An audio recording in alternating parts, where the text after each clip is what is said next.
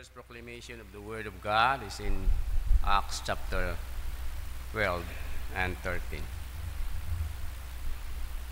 But the Word of God grew and multiplied, and Barnabas and Saul returned from Jerusalem when they had fulfilled their ministry. And they also took with them John, whose surname was Mark.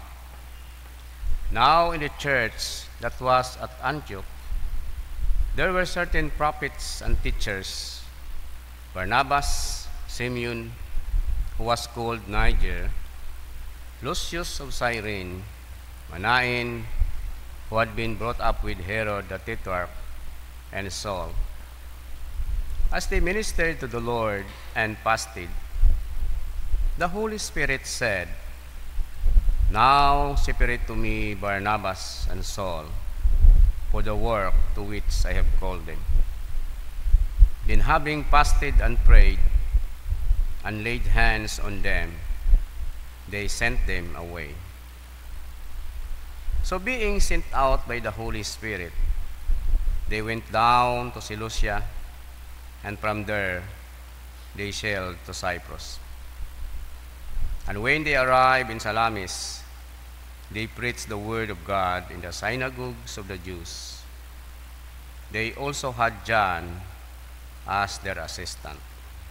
The word of the Lord. Thanks be to God. Please stand.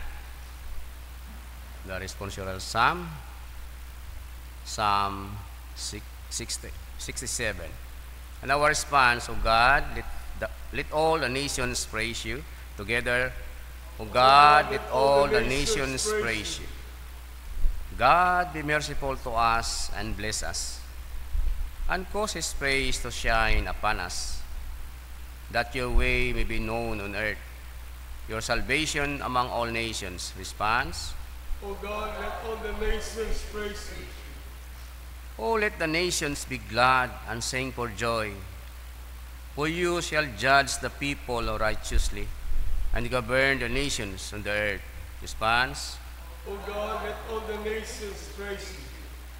let the peoples praise you, O God. Let all the peoples praise you. God shall bless us, and all the ends of the earth shall fear Him. Response, O God, let all the nations praise you. glory be to the Father, and to the Son, and to the Holy Spirit. As it was in the beginning, is now, ever shall be, world without end. Amen. The Lord be with you. The Holy Gospel of our Lord Jesus Christ according to St. John chapter 12. Glory to you, Lord Jesus Christ.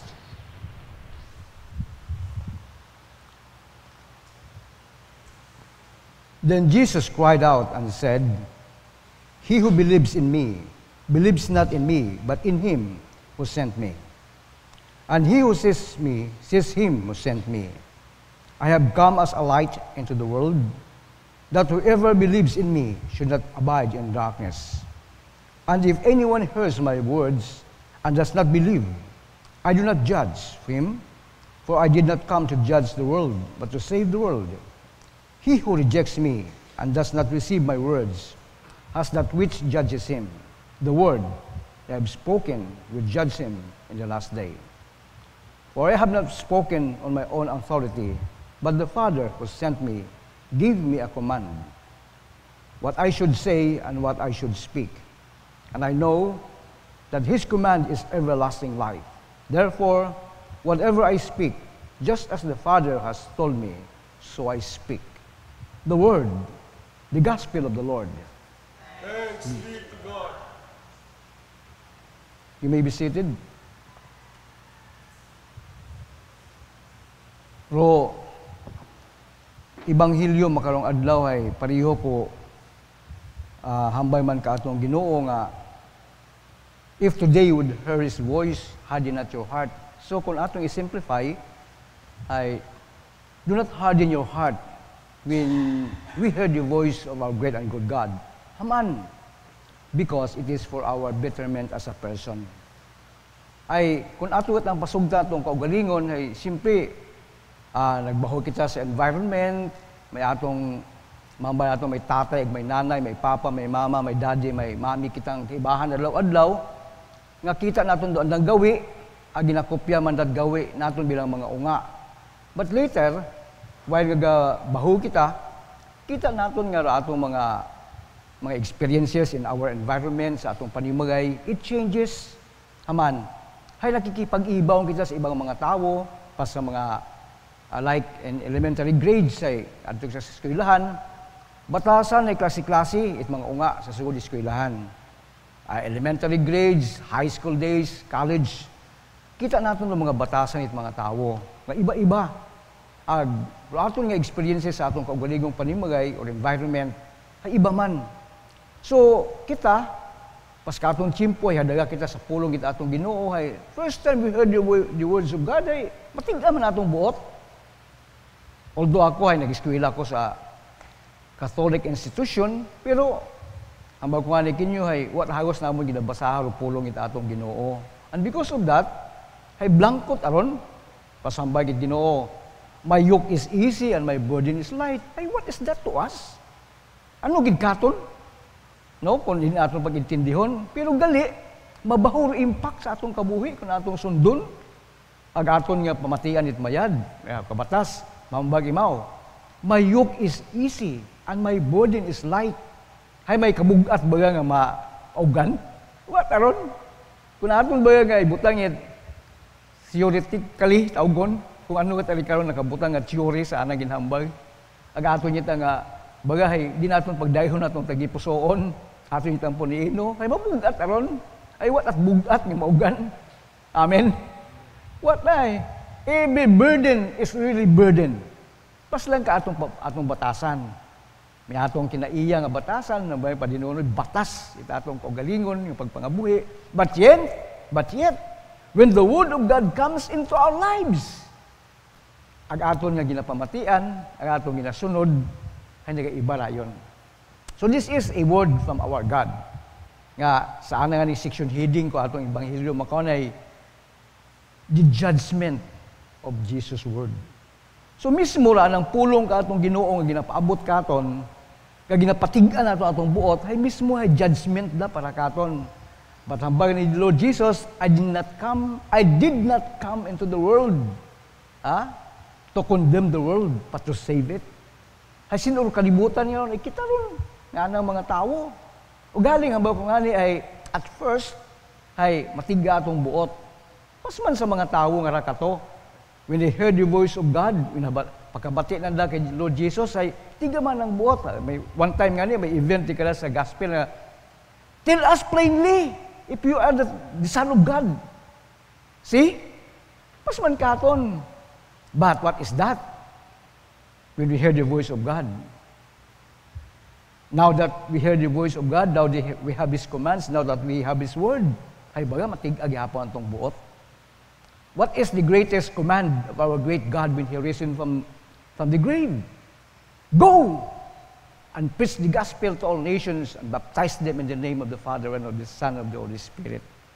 Kato ay sa mamba natin sa bago namatay si Ginoong Hesus ay rana at anak atong ginapaabot ay love the Lord your God with all your heart, with all your soul, with all your mind, and with all your strength, and love your neighbor as yourself. Iyaw dundoy, iyong una-undon. Pagkamatay na pagbanhaw na, ano anang bilin katon?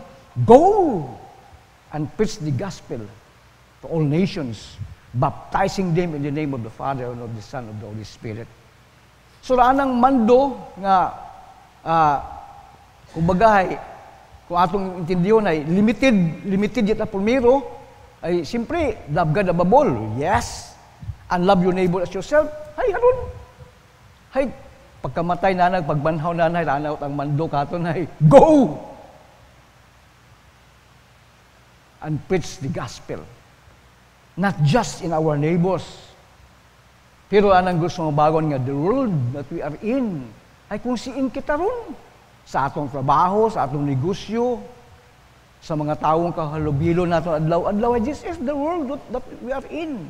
Bukod yan, maadto ko sa Saudi Arabia, maadto ko sa Dubai, maadto ko sa Singapore, maadto ko sa Thailand, maadto ko wherever. This is the world? No. But the world our God is telling us about is kung siin kita. Doon itong kalibutan. Haman, we cannot be in another place in one time. Kumbaga, ramando ka itong Ginoo nga go and preach the gospel. Hay, kung siin kita, halimbawa, makarong adlaw, may atong nga meeting, may atong etc. nga ginaubra sa ring adlaw, hay, kung doon na itong kalibutan makaroon. At kung siin kita, tell the people about the command of God. And what is that? No pinaka-latest nga command nga atong habaton, go and preach the gospel. Hay, paano natin i-preach the gospel? Baga sa atong itang baba o sa atong kabuhi. Now that we have not hardened our hearts to hear the voice of God, it becomes part of our lives. Partiyo ta atong kabuhi. Ang atong mismong kabuhi, nagahambay nga this is the command of our God. Ginahambay ka atong kabuhi, karong pulong it atong Ginoo ay dapat atong pamatian. Ang sa atong pagpamati, hindi ta pagpatig-ahon na atong tagipusoon. My yoke is easy, says God, and my burden is light. Kato ay mabugat na nimo intindihon, makaron ay bukon yuta. Haman, we have changed a lot. Ako makahambay ako, I have changed a lot. Sa akong pagbago, ay bukon niya ko akong baba nga naghambal. Nagbago ako. No, my life even can speak of the changes that have occurred in my life. Ngani pa, rupulong ka atong Ginoo, naghambay, ano man mana ako gihambay, habang ni Ginoong Hesus, daya halin sa Ama.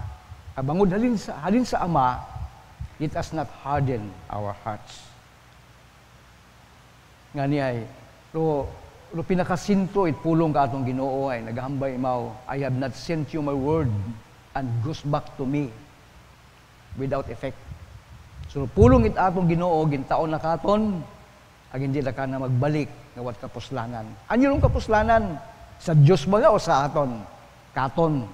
Ngani hambay nakon rupulong it atong Ginoo nga nagaabot sa atong kabuhi. Kung atong pamatian ag atong sundon, this is for our betterment as a person. And as a community, this becomes a message to the world that God is good and He is great. The Lord is risen, and because He is risen, it is our task that wherever we are to tell the people about the Word of our God. In the name of the Father, and of the Son, and of the Holy Spirit. Amen.